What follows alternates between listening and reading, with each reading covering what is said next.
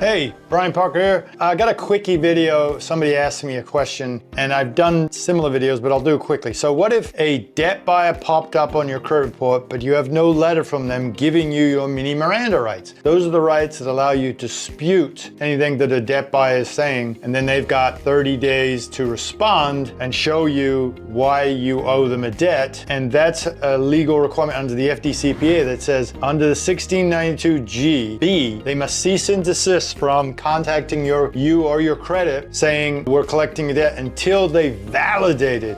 Now, the law does not say they must cease and desist from contacting your credit. It says they can't make any collection attempts until they validate. Well, if someone is contacting your credit, and by the way, when the debt buyer contacts your credit, it ends up in what's called collection account section. So clearly something's being collected, but you haven't received a letter. What do? Are you allowed to dispute it and send a validation response? So the FDCPA, when the debt buyer sends out those letters, there's a lot of duties they have to be mindful of, and they must validate the debt, because if they don't, the law says they're in violation of the FDCPA. And weirdly, they're very cognizant, debt buyers, debt collectors, the FDCPA, they don't want to violate. And again, a lot depends on if it's the same frequent flyer like me. They know what I can do and what I will do. So they will try and circumvent 1692G. That's what requires them to send an initial dispute letter. Once they send the initial dispute letter, the first collection attempt, they got 5 days to give you your rights.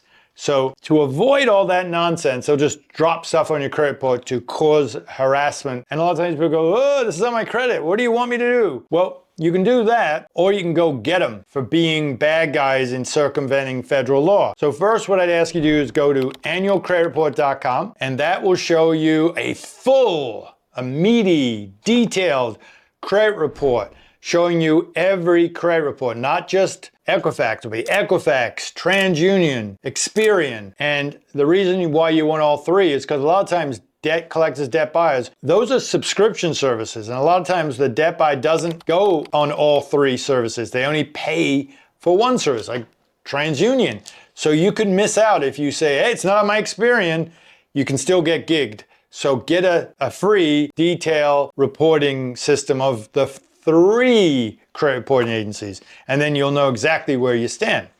So if there's something on your credit report you don't agree with or is inaccurate or you know is wrong, you can send what's called a dispute letter. That's an easy, obvious thing. And you'll allege the following things. You'll show ownership issues, wrong person, SOL, paid, identity theft. That's why it's inaccurate. You can attach evidence. Here's a bank letter showing I paid it off. Payment receipt, police, FDCPA, ID theft report showing it was never mine. This is important that you send information that backs up your story, not just say, I dispute. Just like when I counsel you when you file an answer to a collection lawsuit, meaty, back it up. So this letter goes to not just the three credit bureaus, but they are duty bound to then send to the furnisher. Anybody that puts anything in a credit report from a credit relationship you have, that's called the furnisher. So there's two ways to handle that. It's to send a furnisher letter or to send credit dispute letter to the furnishers, and they're supposed to send it over. Send 4 letters. Send the request to verify, delete, modify, whatever it is you're doing to all 4 companies, the 3 credit bureaus and the furnisher, the company that put this debt on your credit report. I would argue further that if there's a debt buyer involved, there's probably some assignments, maybe even a weird sounding trust. Put that on the letter and send them copies. I mean, I want you to be a problem parker. What's a problem parker? Someone's just asking you to follow the law. That really is what a problem parker is. I always make jokes about that, but you're just saying, could you follow the law, please? Here's the law. You have to dispute if you own or claim you own the debt. You're putting something on a credit bureau. You want to know how you got it? Send a letter to all these companies. Send my securitization letters. So you're looking for ownership of, and that the basis of that is to show they have no right to contact your credit. So you've sent your letters to the furnisher and the credit bureaus. You want to stop them hurting your credit for the purposes of harassment. They should have sent you a validation letter showing you how to get the debt validated. So you want to list on that dispute letter that you send under the FCRA everything you believe to be true. Here's the original creditor. Here's one of the assignors of the debt. Here's the name of the furnisher that's putting this bad thing on my credit.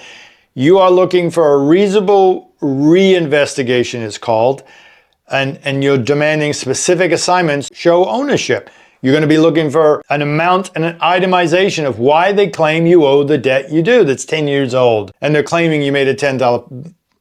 You want proof, and that's a demand that you make through a validation letter. Put that validation request inside your dispute letter. It's a federal letter.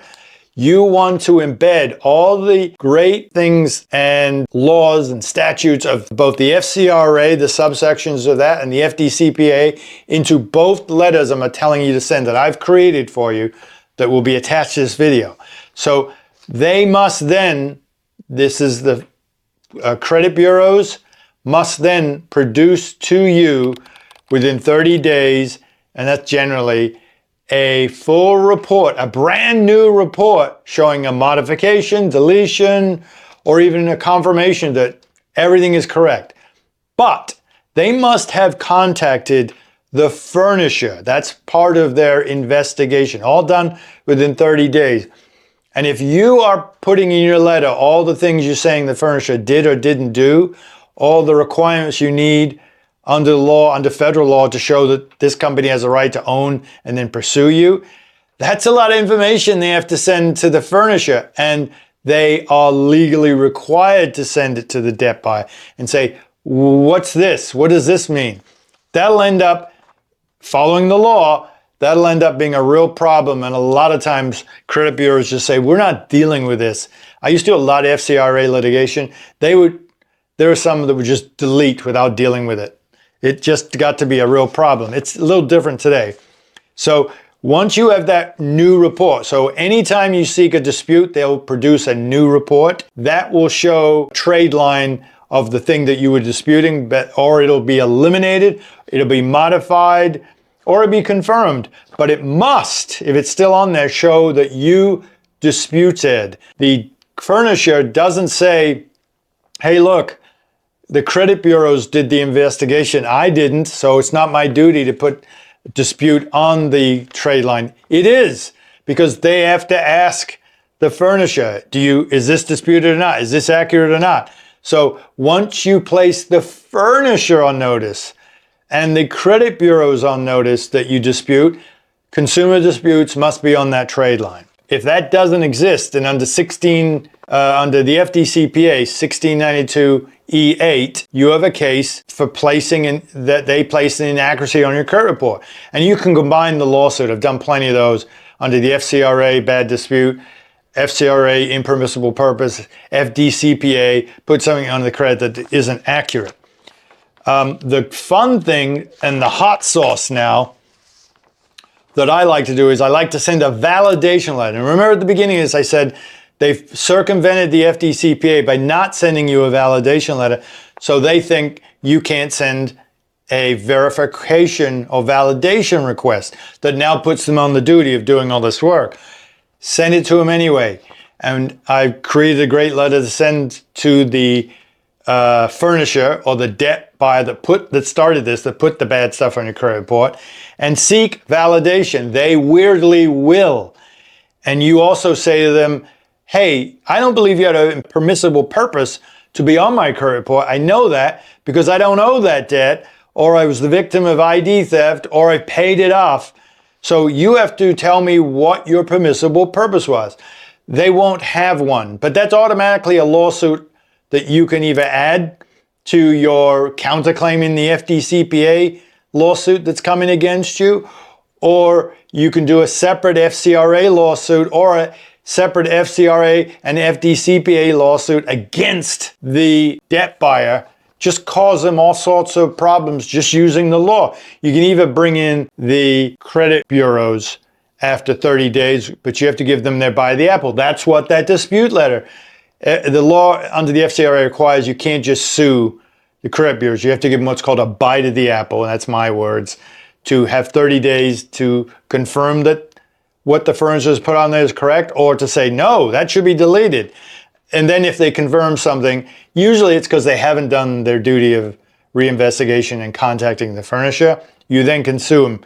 But you don't need to do that if the real problem is the debt buyer. But I've created this great validation letter that you send to circumvent their circumvention of the FDCPA, and you ask them to basically what a validation is. Prove to me you have a right, you have a permissible purpose to contact my credit. Again, these letters, fun letters for you to get stuff off your credit report from a debt buyer where they should have sent you a validation letter. I'll have 2 letters on there, powerful letters that you can send to the credit bureaus and the furnisher, the debt buyer that causes these problems, on killdebt.com. Now, if you're a member, and I hope you are, just go to Parker GPT, and everything I just said to you, all 1,200 documents, all my legal rationale doing everything is embedded into Parker GPT. So you can go into the prompt and go, give me those 2 letters he was talking about on that video, the impermissible purpose letter or the validation letter, whatever your request is. It will create the best letters for you. So it will not only have what I wrote today, but it'll pull all the videos, all the show notes, all the securitization letters, all the debt buyer letters, all the weird sounding trust letters, all the upstart letters into the response for you. So it will be magnificent and it'll just kick their socks off, all using Parker GPT. Hope it helps you. Thank you.